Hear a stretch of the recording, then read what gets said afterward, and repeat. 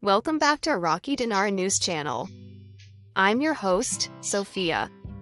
Today, we're diving into a major development that could reshape Iraq's energy future. Don't forget to subscribe, like, and comment below. Let's talk about what this means for Iraq and the future of its oil sector. In a political landscape long marred by division, distrust, and decades of deadlock, something remarkable, almost unthinkable, has occurred. Iraq, a nation too often associated with stalled progress and fractured unity, may finally be on the cusp of an historic breakthrough.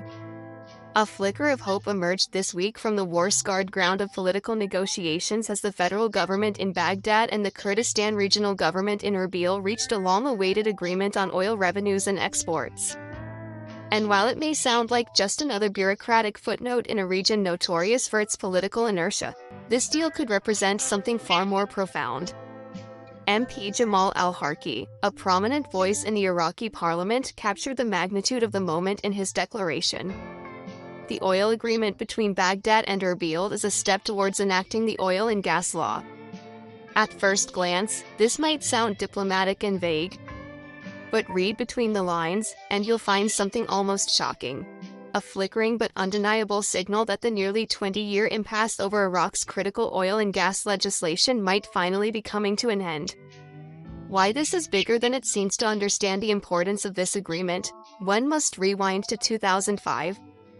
That was the year Iraq's new constitution was ratified, after the fall of Saddam Hussein, promising, among other things, the creation of a unified oil and gas law that would fairly allocate the country's vast petroleum wealth. But for almost 2 decades, that promise has been broken. The central government in Baghdad and the Kurdish authorities in Erbil have sparred bitterly over oil contracts, revenues, and export rights.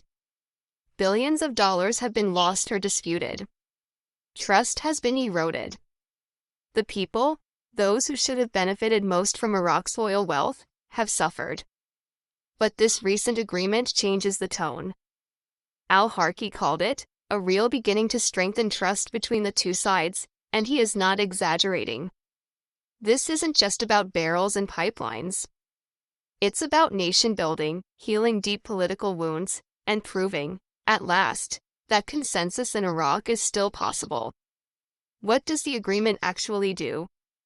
According to sources close to the deal, the new accord outlines mechanisms for revenue sharing, joint oil marketing, and transparency measures that have long been absent.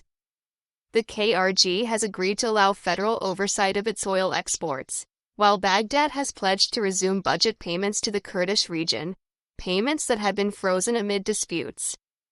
Is it a final solution? Far from it. But it's a blueprint. A roadmap. A ceasefire in a bureaucratic war that has drained Iraq of time, money, and stability. The stakes couldn't be higher. This is where the situation becomes even more compelling and urgent. Iraq stands at a crossroads. On one side lies continued dysfunction, an economy too reliant on oil yet incapable of managing its revenues, a parliament that can't agree on national priorities, and a population growing ever more frustrated with promises unfulfilled. On the other side lies the oil and gas law, a sweeping piece of legislation that could finally establish clear, equitable, and enforceable rules for managing the lifeblood of Iraq's economy. It could unlock billions in foreign investment. It could diffuse long-standing political tensions. It could ensure that every Iraqi, Arab, Kurd, Sunni, Shia, benefits from the country's natural wealth. But only if Parliament acts. And acts soon. Skepticism is understandable, but not inevitable. Let's be clear. Iraqis are tired of being told to be patient. They've watched the same promises wither on the vine year after year.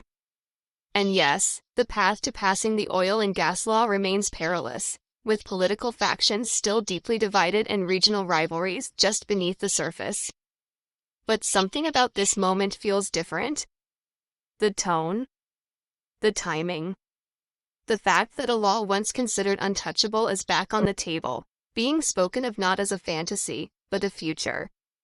Al-Harki's cautious optimism isn't just political theater.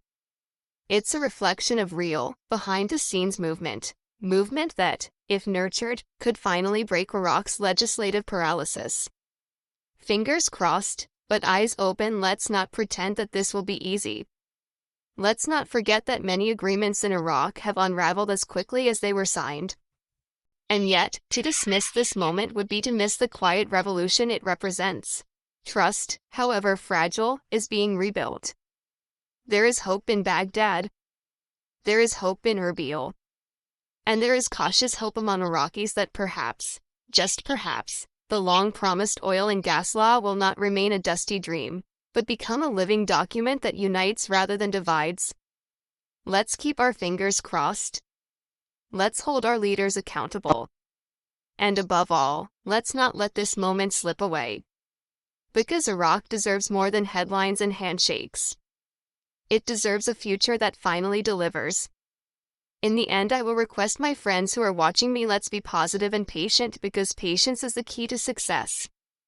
Please subscribe my channel and support me. You guys have a great day. Thank you.